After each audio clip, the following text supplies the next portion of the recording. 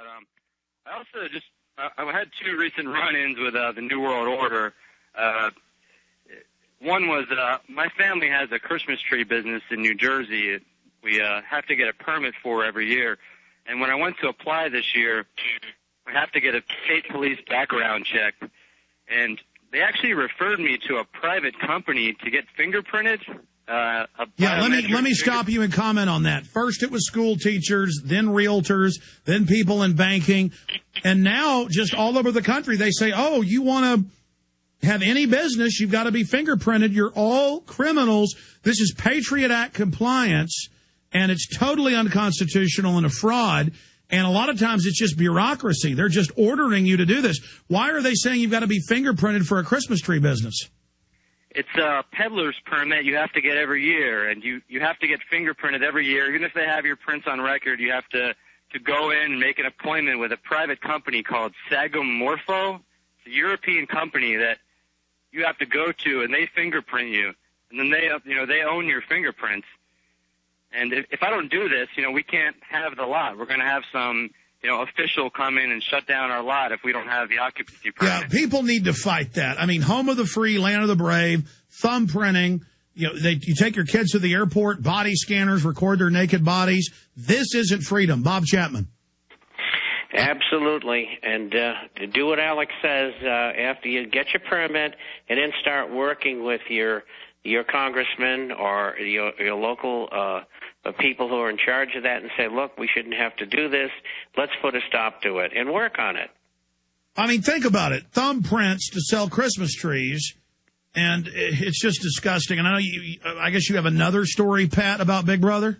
I do. I was in Philadelphia with my dad. We were there having lunch. It was raining. We're walking in business suits, and we're walking down the street, and the security guard, and we're right in front of Independence Hall, like directly in front. And the security guard starts yelling at us, telling us to get out of the street. So we step over this chain that is in front of Independence Hall, but it still seems like just the sidewalk there. And the guy runs up to us and he says, whoa, you have to go out the exit. And then I said, what exit? I'm on the sidewalk. Where am I supposed to exit? And he said, sir, go out the exit. And he just kept saying that. And then he says, sir, this is government property. I need you to step out the exit right now. And so I said, oh, government property, ooh. And so all right, we'll go. And me and my dad start walking towards the exit. And then the guy grabs my shoulder, and he's like, whoa, wait a second. You wait right here. And he blocked me and my dad from walking. And he said, you need to learn some respect. You need to learn to stop running your mouth. And he started physically blocking us and grabbing both of us. He's a pretty big guy. And, I'm like, you're not my kindergarten teacher. I'm allowed to talk back to you if I want. Are you a cop? I couldn't tell. He just had on a big raincoat. And he was a private security guard, a company. Let me stop you. This is the nature of tyranny. CNN had a big headline. The AP reported on it, how a woman in China, a CNN reporter, was wearing a Obama as Mao. And they arrested her and said it was disrespectful of their great murdering leader. And that's what America is. Everywhere I go, you can pull a camera out 200 yards from the Washington Monument. You can be in downtown Austin.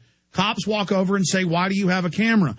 And it's the same thing with security guards. They've been told to brutalize you and to treat you like slaves. I watch them in D.C., in New York, treat families like they're scum. And this is the nature of a police state where they give you orders, too, that you can't follow. They say, take the exit. You go, where's the exit? I said, exit. My guys were at a city park a quarter mile from the Federal Reserve shooting a shot of it from the horizon. The security guards, this is on YouTube in Kansas City, came to them off of their jurisdiction, put their hands on their guns, and said, I'm going to arrest you if you don't leave. And they were on the sidewalk at a city park, and so there wouldn't be trouble. They left, and they got off on the power trip. Bob Chapman, I mean, this is the Soviet Union. There's no doubt about it. It's probably more like East Germany used to be. The Stasi was probably worse than the KGB. And as it turns out, after the wall came down, half the people in the country were spying for the government on the other half. And that's the next step. We'll have everybody spying on everybody. It's just like the Hitler-Junger all over again. Hey, how did this end, though? I mean, he got to have his power, his enjoyment. I mean, how did this end? Did you learn to worship him? No, so I said, are you a police officer? Because if you're not, I'm going to keep walking. You asked me to leave, and I'm leaving. You're not going to detain me for, using the wrong tone of voice with you. And he keeps blocking me, so I said, show me your badge if you're a cop. Otherwise, I'm going to put my hands behind my back, I'm going to walk that way. And if you step in front of me, I'm going to, you're going to get pushed. So I just did that. I just put my hands behind my back so he couldn't say I hit him, and I just walked out. And then this other guy comes up, his backup, who we called when I was standing there, another private security guard, and he says, "Whoa, where do you think you're going? You can't talk to my guy like that." And then within seconds, these three and this is on the steps of Independence Hall, so just the irony is insane. And then seconds later, these three park police come up, and they're like, "Hey, you just hold it right there to me and my dad." And my dad puts his hands up just to try to explain. And the park police are like, "Whoa, sir, put your hands down and stand still, like nobody moves." No, it's a religion of them training us that they are gods, we are slaves.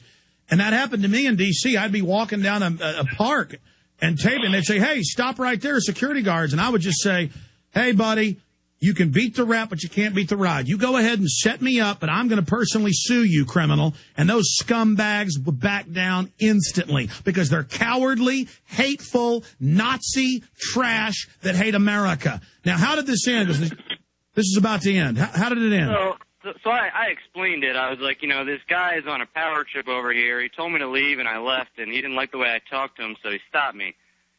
They immediately started backpedaling and, justifying. They said, "Oh, he's had a long day. He's had a lot of people." No, he's here. a scum, filth, coward with a deformed, fluoride, tiny, rotten brain who loves cancer and death and loves tyranny, and he's filth. I appreciate your call. Bob, incredible interview today. TheInternationalForecaster.com. Thank you so much for spending time with us, my friend. I'll see you in 2 weeks. That's right. We won't be here next Friday. God bless you, Bob. We're going to come back, news blitzing, the economy, the Rush Limbaugh clip, and a lot more. And to that security guard, you're a cowardly piece of garbage.